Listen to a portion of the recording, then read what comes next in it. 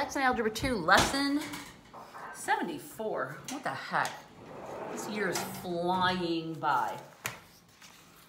Look at that. After this lesson, you'll be halfway done with week 20. It's crazy. Okay, this lesson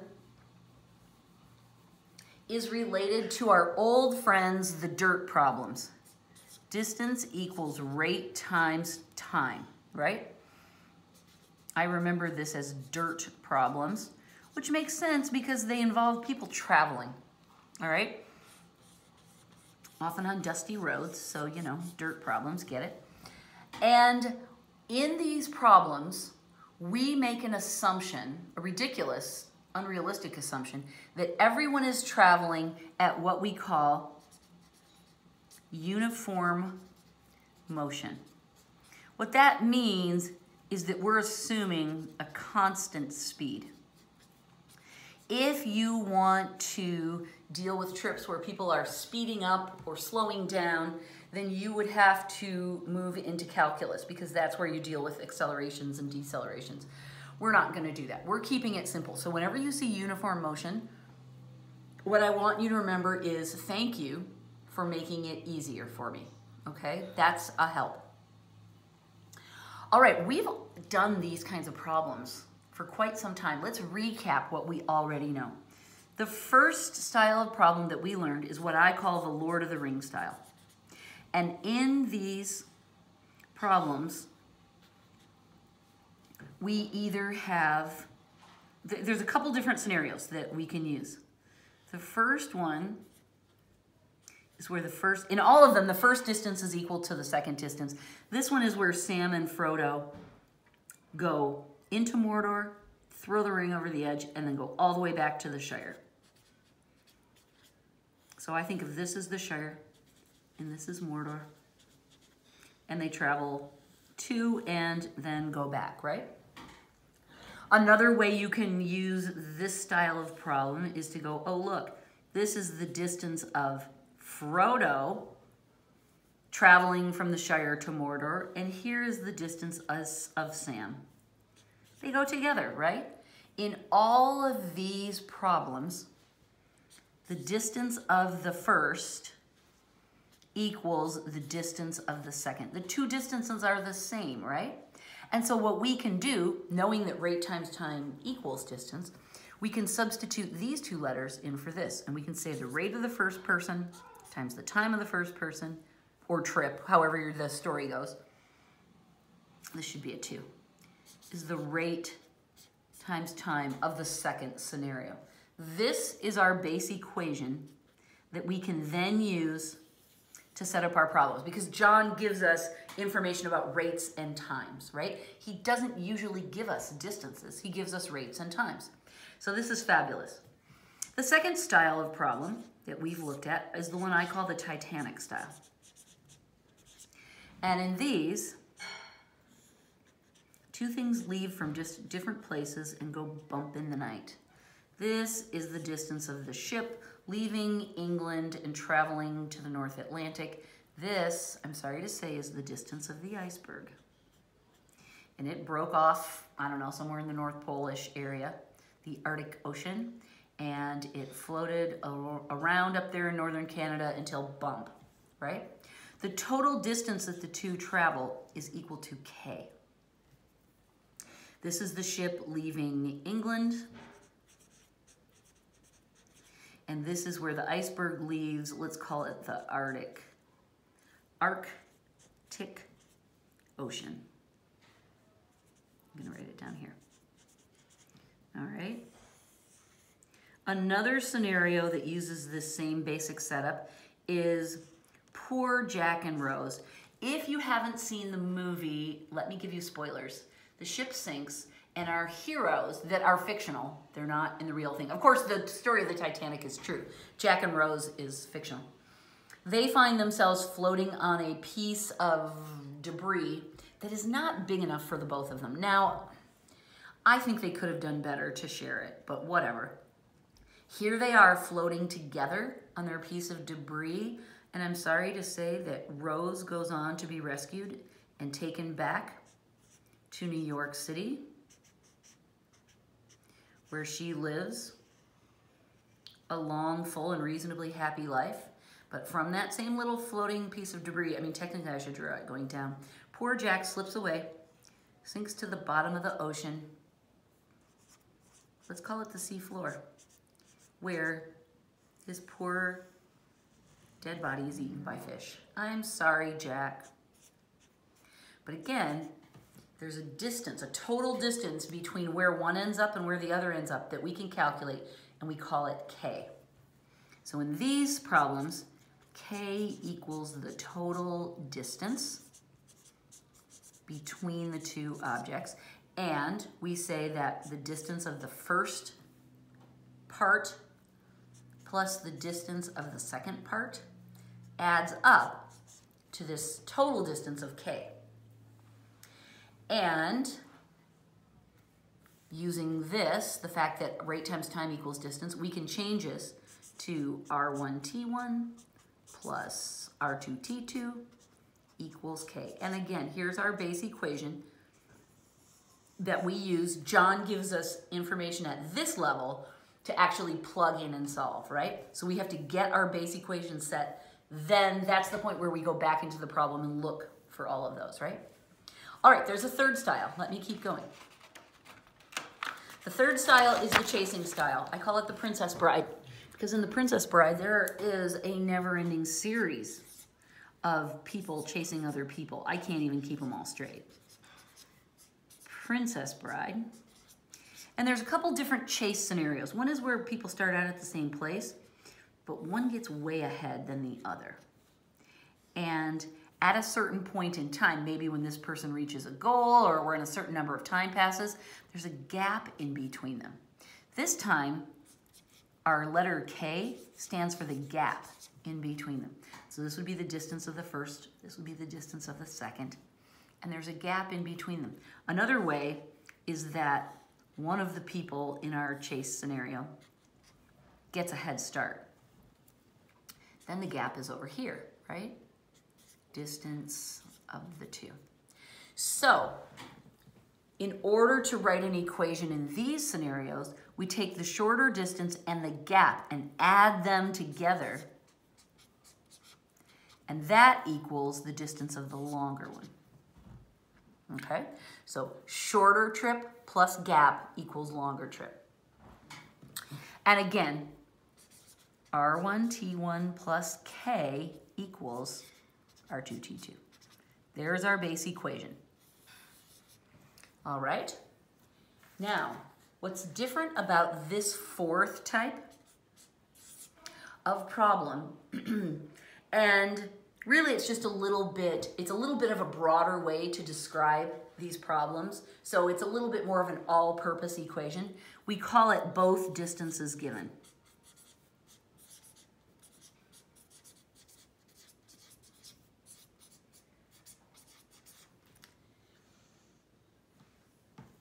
And let's just dive in and do a problem, and you'll see how, in some ways, it's kind of easier. Example 74.1. Friar Tuck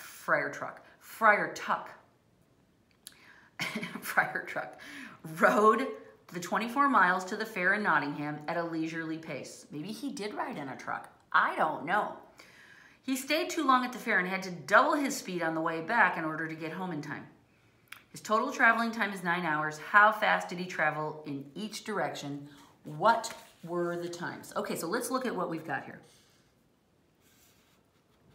Here's little Friar Tuck. I said it again. This is the distance to the fair, and then the same distance goes back home. In both, this is home, and this is fair.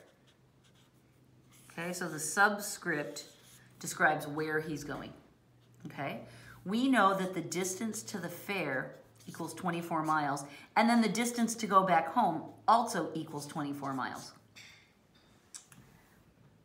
We know that his rate was doubled on the way home. So the rate going to the fair was less than his rate going home.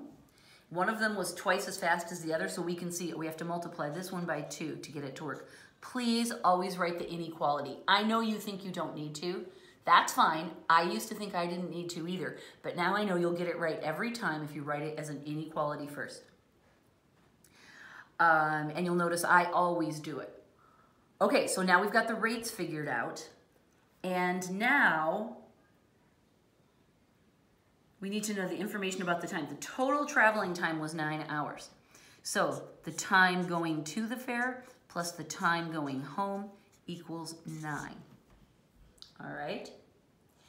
Now, we can rewrite these to get the distance letter out of them. We know that distance equals rate times time, so we can rewrite this as, let's see, I'm gonna cross this part out and I'm gonna write rate going to the fair times the time going to the fair equals 24. And then I'm gonna do the same thing over here. Rate home times time home, right? So look what we have done. We've created 4 equations, and do you see how they fit exactly that pattern of problem that we've been practicing? It was called advanced substitution. We learned it, I don't know, last week or maybe the week before. And it follows this exact pattern where we have 4 equations. The first 2 look a lot alike. We know that one of them is going to be the base equation, and then the other one we'll use later. And then we have a rate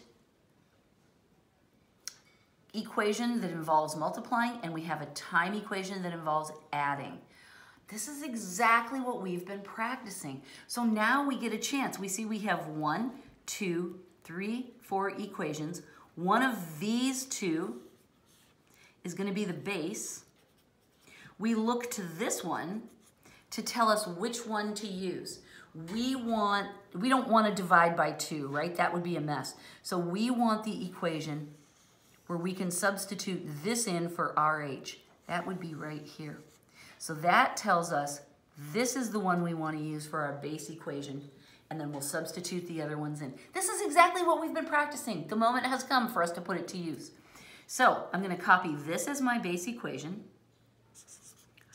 RH times TH equals 24. Then I'm going to substitute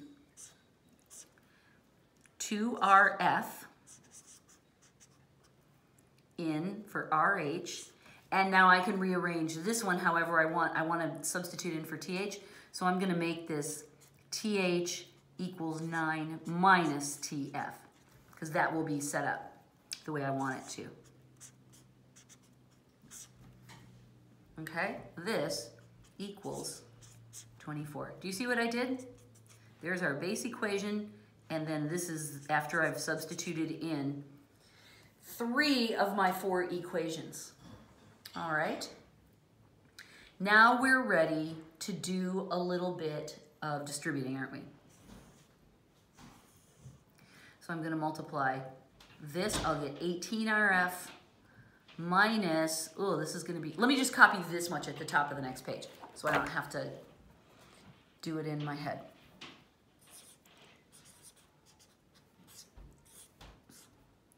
Nine minus TF equals 24. Okay, let me make sure I copied that correctly.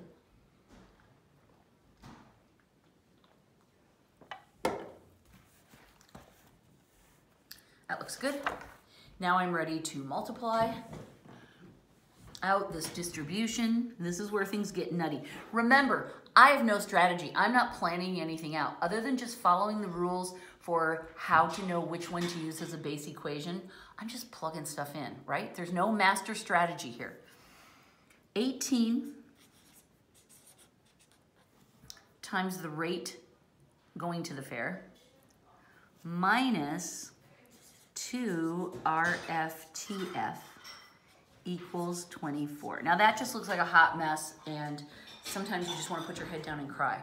But remember, this monster beast that you just built, that is the secret to your success.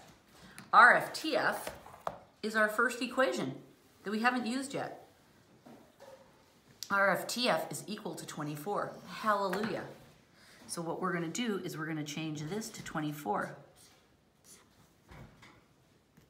It's a little confusing because we had 24 twice. Not every problem will be like this. 18RF minus 2 times that thing equals 24. Oh my gosh. I see a light at the end of the tunnel. 18RF minus, this would be 48, equals 24. I would like to add 48, Alex. 18RF equals 672. Divide by 18. I know that this is 9 times 2. I know that this is 9 times 8. So I have a strong hunch that this equals 4.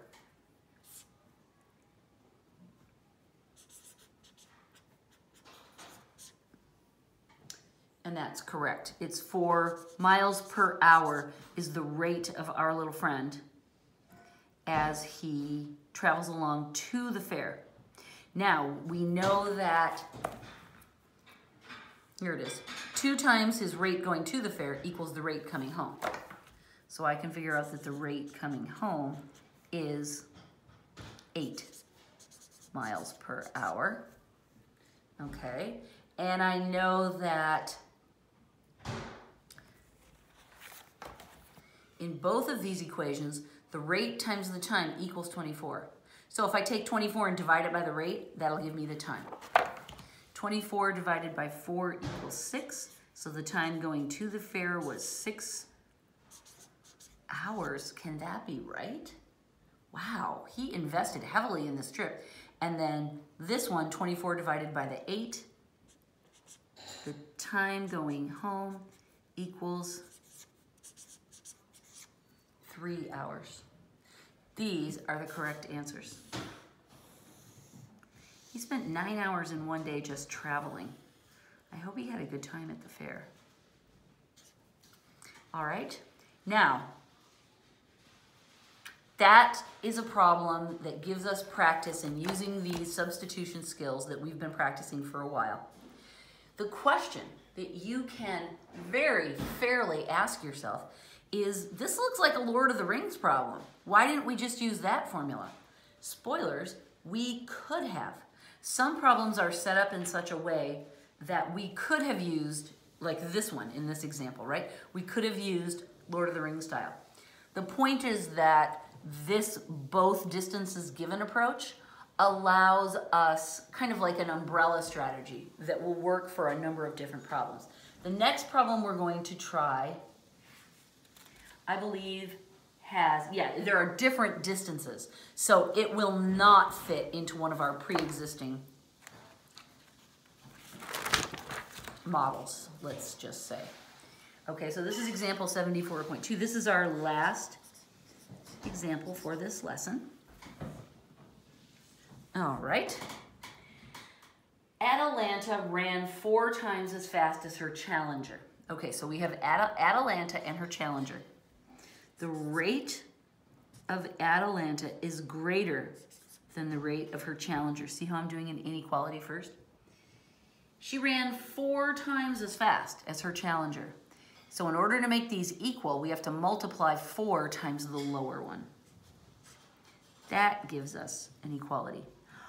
Always write the inequality first. In fact, she ran 80 miles. Okay, distance of Atalanta equals 80 miles. In 2 hours less, so the time of Atlanta is less than the time of the challenger. In 2 hours less. So we have to add 2 to her side to get them to equal. See how I wrote the inequality first? Then it took her challenger to run 28 miles. Okay, so the distance of her challenger equals 28 miles. See how the distances are different this time? Now it wouldn't fit into our old model. Okay. So now we've got some information here. I want to rearrange it just slightly in order to get things organized into the 4 different equations. I'm going to write them this way this time. These 2 distance equations need to be changed. The rate of Atlanta times the time of Atlanta equals 80. Right? I'm just remembering that distance equals rate times time. We don't usually use distance in the problems. I don't want to say never, but almost never. We'd rather change this into an R times T. Now I'll do the same thing here. The rate of the challenger times the time of the challenger equals 28. One of these is going to be my base equation. The third equation is going to tell me which one to do, and that's the rate equation. The rate of Atlanta equals 4 times the rate of the challenger. That tells me I'm going to want to plug that one in. That tells me this is the equation I'm going to want to use. And then the last one, I want to rearrange this so that TA is by itself because I'm plugging into this one. So TA, the time of Atlanta, equals the time of the challenger minus 2. I subtract 2 from both sides. Now I've got this all organized the way we're used to seeing it in the problems. One of these 2 is going to be my base equation. I already decided I want the one where I can plug in the RA because it's all set up for that. And then I'll want the TA. And I rearranged that one too so I could use that one. So now I'm going to go, this thing times this thing equals 80. RA is 4RC. TA is TC minus 2. Now I always kind of mentally work through this. Now I've used this one, and I've used this one, and I've used this one. I still have to use this one. That gives me a really good hint that these letters should come up when I do my distribution. I'm not planning it, it's just happening. But I can see, yeah, if I use all 4, then this is what I'm gonna want, and I can see, oh look, it's looking good. So now I distribute 4 RCTC minus 8 RC equals 8. I'm just doing algebra here. There's no great strategy, but look how it all turned out. It'll always do that. And now I get to use the last one. 4 times 28 minus 8 RC equals 8. 4 times 28. Okay, 4 times 25 is 100. That's 4 quarters. That leaves us 3 left. 28 minus 25 is 3. 4 times 3 is 12. So this, I'll bet a monkey's uncle, is 112 minus 8 RC. Now, it's going to make a bunch of negatives, but I'm going to subtract the 112. Okay, and that's going to be gone, and I'm going to get minus 8 RC equals, and that would be what? 104? No. Oh, I see what I did wrong. In all of these, it should be 80, not 8. My bad. So now this is the first time I've actually had to calculate with that, and this would be negative 32. So when I divide both sides by negative 8, I get the rate of the challenger equals 4 miles per hour? Yes. The rate of the challenger is 4 miles per hour. Well, let's do the rate of Atlanta, because I know you just multiply. The rate of Atlanta is 4 times that. Ooh, she is fast. She's 16 miles per hour. Now, what about the times? For Atlanta, her rate times her time has to equal 80. So the time of Atlanta must be 5, right? Because 16 times 5 equals 80. So that's 5 hours. She ran for 5 hours? Oh, I'm not okay with that. That is too long. And then the time of the challenger is 2 hours more. Oh my gosh, 7 hours?